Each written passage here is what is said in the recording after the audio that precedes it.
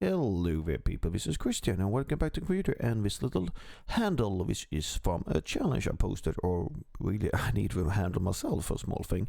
So I designed this handle. I thought this could be fun for people to do. It contains some small things you need to think about. This is the full workflow, which I basically did when I designed it from the beginning, and I will show you the full workflow. There are ways. Somebody posted in Reddit that did it like in 4 steps, and there are ways because the initial design wasn't as smart as this. When I did later, I like confirmed some. If you see the drawing, like all the big radius are here are 20 millimeters, so I like conformed that label. I didn't start there, of course. I did a lot of stupid things on the way forward. But I like to show you the full workflow on how I designed this from a design intent in my little brain. Step number 1, let's talk about design intent. Step number 1, I want to 3D print it, and I want to 3D print it in this direction. Like this big flat face here is down on the print bed, this is on the top. This avoids bridging. The only problem I have, of course, is the round holes here, but always going to be a bit bad when you print the direction because there's small overhang here. The printer had no problem doing it, and it's quite easy to clean up here, so that will not be visible.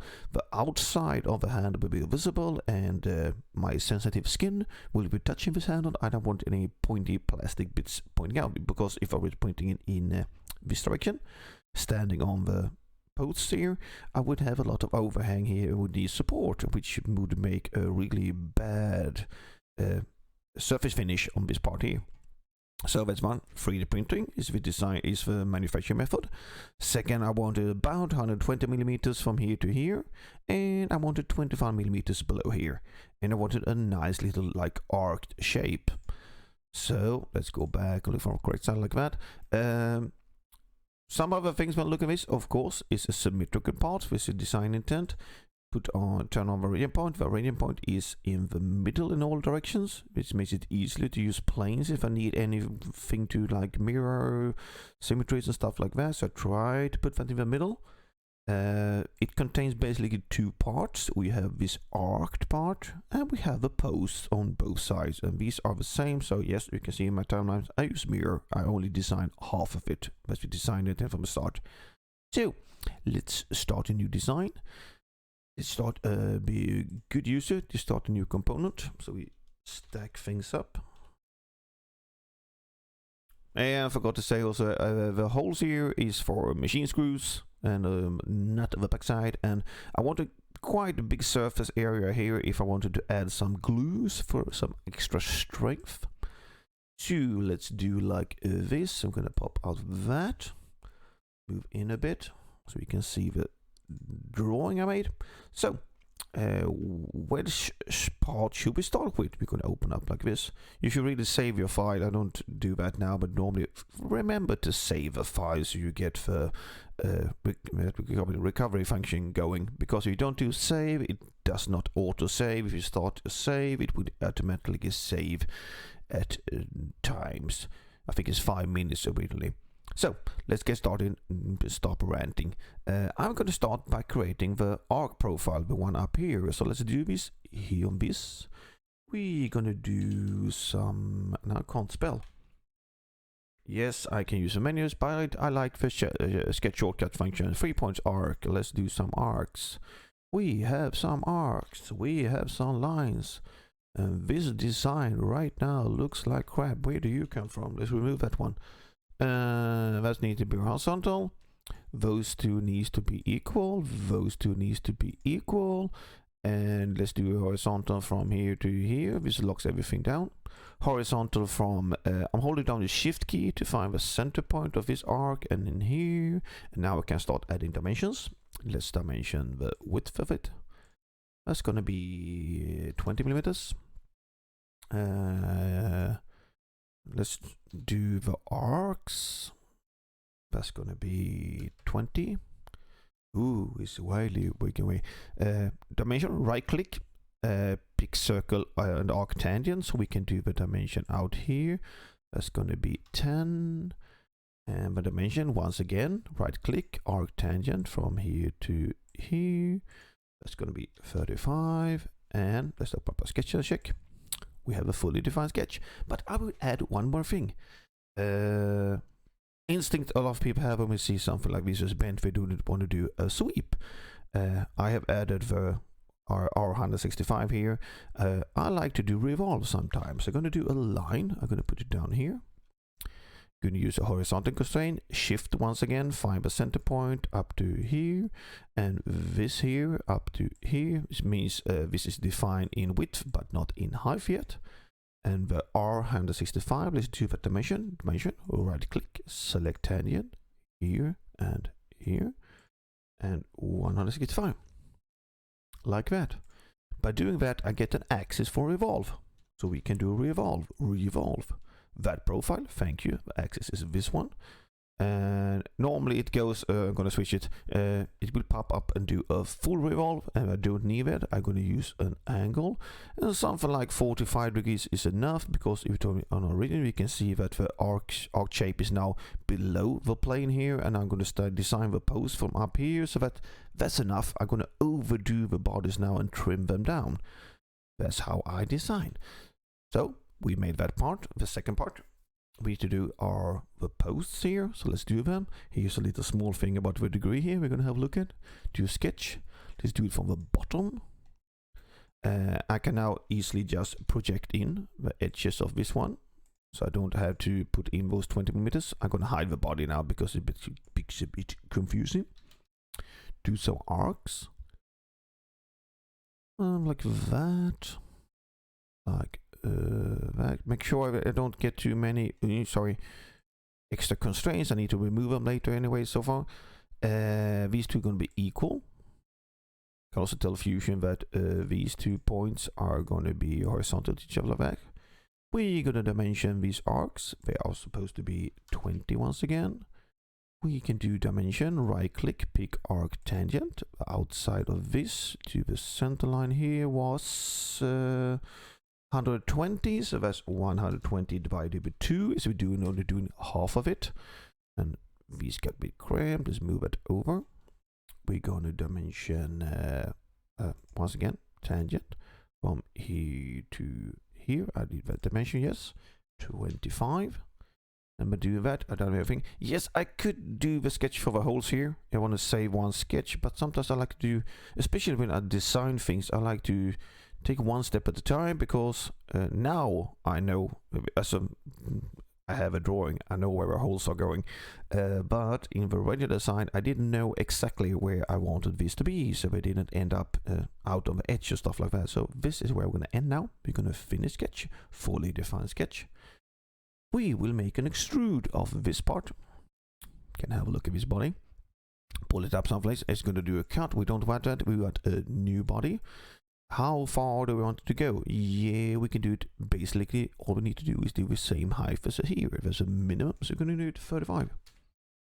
So by this, we now have 2 bodies. Basically what we want. The thing we want to do now is when we add this 15-degree angle here. I could done a sweep and stuff like that, but if you have a look at my early design here, you can see that this has the 15 degrees. This is not 15 degrees. So let's have a do what we're going to do a draft. Draft is a very nice tool. It can do some interesting things. Pull direction is the bottom face, and the face we want to pull is this here. And it's already had minus 15 in because I've tried this early, so everything still works. And the interesting thing when you do a draft on a curved shape, on an arc in this instance, is that it treats it like a cone. It will draft all of this 15 degrees. So you have a look on from the top, you can see that the bottom here we had a large radius, up here we have a small radius. This means that the draft, if you do the angle to, I can do the angle on here, if you overdo the angle, so you can see it fails because the cone is going to hit itself and get too low. So you have to be a bit careful with designing with drafts on curved shapes, but this creates a nice softening edge here, which I like, so that's why I use draft. So now we have 2 bodies that are a bit too large, so we're going to do split body. I have turned off extend splitting tools because these bodies are exactly the same shape. I use project to make sure certain that, and extending splitting tools with arced faces can sometimes create some strange errors. So body split, let's start with this one, splitting tool, top face here, hit OK. And just move a mouse over the body we don't need, body free, right click, remove. Split body, this body, split in two is this face, hit OK. We get a new body here, that's number 4, remove. So you can see this takes some extra steps by doing step by step. As now I have a drawing, there are smarter ways to do, but let's just do this like I designed it. We're going to do combine this body and this, make sure you join, hit OK. And we now have, let's hide our sketches for now. Now we have a nice little part of a handle. What we're missing now are the fillets and the hole. So let's do that. Create a sketch, select bottom face here. We're going to do 2 circles. I'm going to do them out here. I know they are 5.5. Do a second circle. That's going to be 9. And now I can take this and move it in slightly where I want it. Where do we want it? We know it wants to be center, so we're going to do horizontal from here to here. You could, of course, do a construction line to help you. And then we dimension from center here to here. Out here. That's going to be 92 divided by 2. You could do the math in my head, but I like to do it inside Fusion. The good thing is I go back here, I can see the dimension I've been working with. So by that, I'm going to extrude this here, this direction, distance all. Extrude this here. Now we have an offset here, so we're going to do an offset. That's going to be doing it with correct direction. No, it's in the wrong direction. It'll be -15. And then we're going to do this here, distance all, in wrong direction. It's going to be in that direction, distance all. You have to pull the handle in the correct direction, then you can do distance all, and it understands it wants to cut away everything you see. We hit OK, and by that hide our sketches. Now we have made the holes, we have half of it done. We can do some fillets. Here you are. We're going to do that on all these edges. So I did not do it on the bottom edges here because that's going to be towards the door, or which this hand is going to be attached to, and also this one. I did nothing down in the holes down here. Let's see, did I get all the edges? Yes, and it was I did it 1 millimeter. I didn't point out that I'm using rolling ball. You can, of course, if you want to try setback, that creates a bit of a pinch here, I think, so I prefer rolling back. That's like your own chase you want to do. Hit OK. We're going to do a mirror, body, mirror plane. It's going to be this, or we can use, of course, as we have designed everything symmetrical, we can use anything, but I prefer the face of a body. No, sorry, body, and this face here. Turn off that for now. Hit OK. And by doing that, we have created our little handle. And we're going to add a physical material. Wait for Fusion to think. It's a plastic, and it was, what do we call it now? Polyethylene is the name we're looking for. Polyethylene. I used low density like that. Close. Check our body. Right click. Properties, and we get 27.8815 again.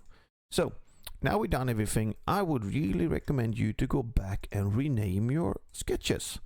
Arc profile, so that's the arc profile. I can't spell, that's another problem, but let's deal with that. It's good to go back and see how lousy I am. That's the post profile.